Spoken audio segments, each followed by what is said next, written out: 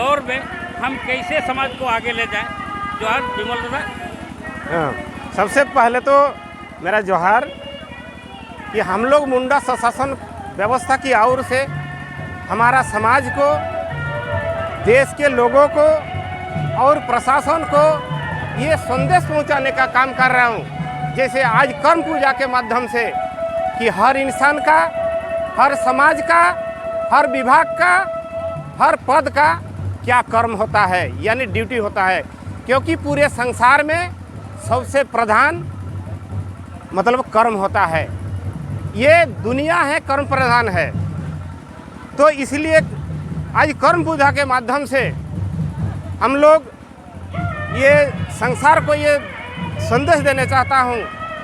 जैसे हमारे मुंडारी भाषा में कहता है कि आई दो ओकय या आम दो ओकय, हड़हन ची दिकुहन। हड़हन और दिकुहन का मतलब है कि हड़हन का परिभाषा है ओकय निया दिसुम टके, समाज टके, पंचायत टके, प्रखंड टके हर जदाय निगे हड़हन।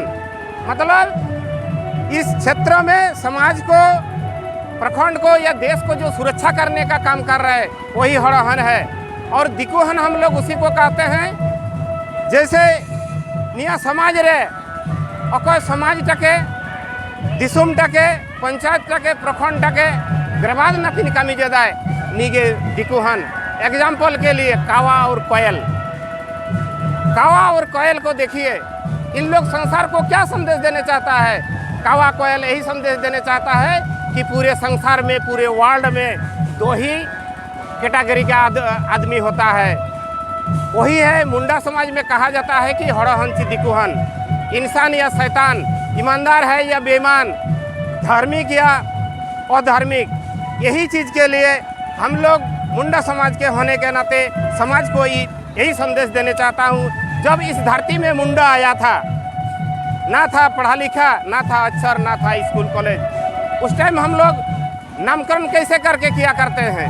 उस टाइम हम लोग तुप्पू के माध्यम से, लोटादा का पानी में हम लोग तुप्पू के माध्यम से नामकरण किया करता था।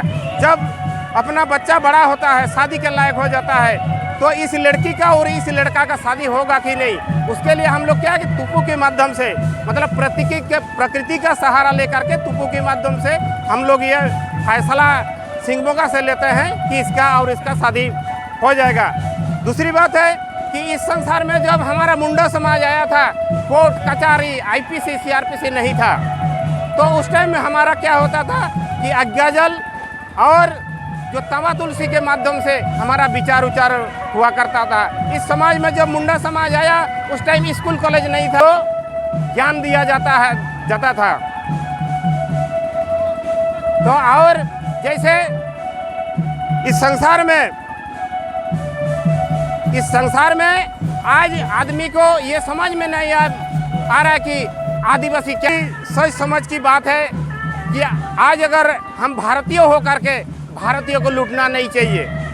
एक भारतीय का सबसे मूल मंत्र है या सबसे बड़ा हथियार है कि ईमानदार, और वो ईमानदार आज मुंडा समाज में विराजमान है। जब इस धरती में मुंडा आया था तब भी ईमानदार, सत्य, अहिंसा था। आज भी मुंडा समाज में सत्य, अहिंसा है। इसीलिए हम लोग मुंडा समाज के माध्यम से, मुंडा स्वशासन के माध्यम से यही सूचना देते हैं, प्रशासन को भी देते हैं, राजनेता को भी देते हैं कि सबसे पहले पहचानना है कि आप कौन है। अगर अंडा है तो पत्थर के साथ मत लड़िए, अगर आप पत्थर है तो लोहा के साथ मत लड़िए। आप अगर बेईमान है तो ईमानदार के साथ मत लड़िए। अगर आप देशद्रोही है, किसी देशभक्ति के साथ मत लड़िए। इस संसार का सबसे अच्छा नियम है ईमानदार, जिसे ऑनेस्टी कहा जाता है।